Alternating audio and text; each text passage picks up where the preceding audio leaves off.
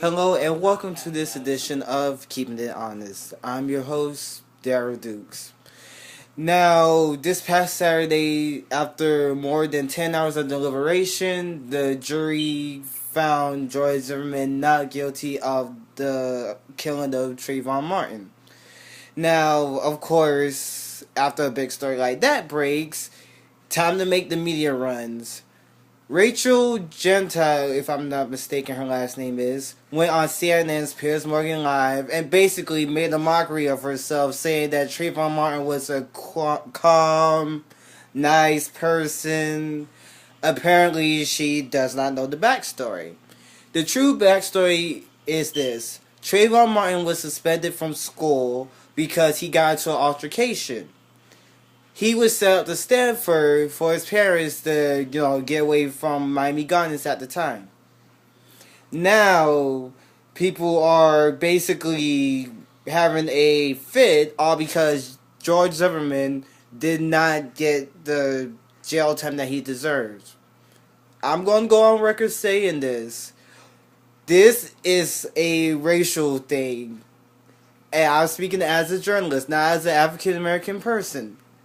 This thing is a racial thing. Mostly every black person, I want to say, no, wait, not almost every black person, maybe like 60, 70, 75% of African Americans have made this a racial issue. One of them is the Reverend Al Sharpton, who vigorously, every time you see the Martin family, you see him there trying to promote his agenda on why Trayvon Martin was wrongfully killed by George Zimmerman, and basically wants to give George Zimmerman the boot in jail.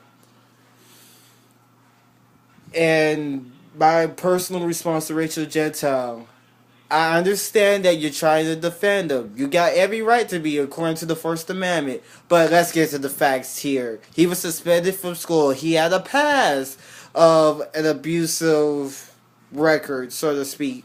And I'm not saying George Zimmerman was all squeaky clean either, but Zimmerman also had a past history with the law. But I want to say the thing that put everything into perspective is the marijuana that was in his system during the time of the shooting.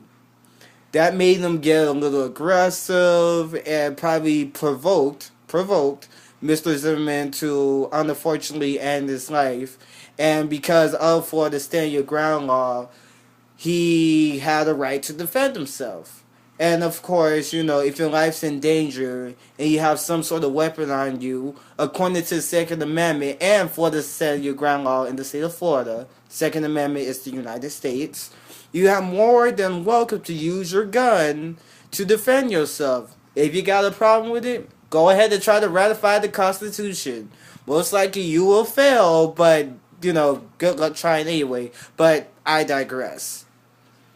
Miss Curry, please, before you go on national television, trying to defend a guy who you claim, and I would love to see the phone records to prove it, that you talk almost all day, and I'm quoting you directly from the Piers Morgan interview that you did with him Monday night, that y'all talk all day, and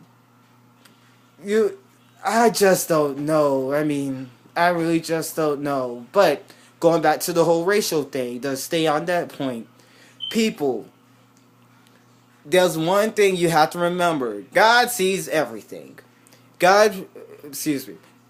George Zimmerman probably prayed to God asking for forgiveness. And guess what? God already forgave him for that. So we as a people need to forgive George Zimmerman of what happened, if we are true Christians, and let bygones be bygones. And one more point I'd like to point out. Here in Miami, there's a radio station who call sign is WHQT, Hot 105. Basically, their agenda, so to speak, is to be the voice of the people, mostly African Americans. I understand, trust me, I understand that you have every right to be voices from the African American point of view.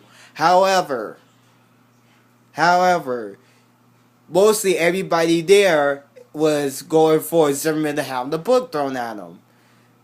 As a radio station, you should have somebody on the other side of the coin trying to be fair and balanced as possible. Mostly all of your on-air personalities, except for Freddie Cruz, was basically wanted to throw the book at Zimmerman, which evidently failed. So, to WHQT, please try to be fair and balanced when it comes down to stories that affect our community. For this edition of Keeping It Honest, I'm Darryl Dukes. Y'all make it a great day.